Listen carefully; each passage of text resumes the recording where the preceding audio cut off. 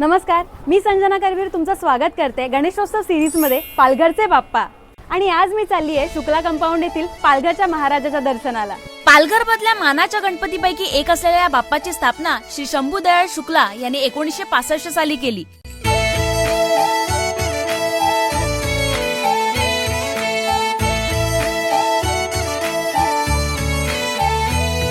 साधी सजावट व विविध रूपातील बाप्पाची मूर्ती हे इथलं वैशिष्ट्य। पालघरचा महाराजा हा नवसाला पावणारा बाप्पा म्हणून ओळखला जातो। 1 महिना आधीपासून मूर्ती घडवण्याचे काम सुरू होते। या 61व्या वर्षी नरसिंह रूपातील बाप्पाची मूर्ती आहे। 11 दिवस नित्य नियमाने आरती व भजन करत या मंडळाने परंपरा कायम राखली आहे। आजूबाजूच्या सर्व सोसायटीतली मंडळी एकोप्याने जागरण व इतर कार्यभार सांभाळतात। 10व्या दिवशी सत्यनारायणची पूजा व महाप्रसाद असतो आणि अनंत चतुर्थीला वाजत गाजत बाप्पाला निरोप दिला जातो।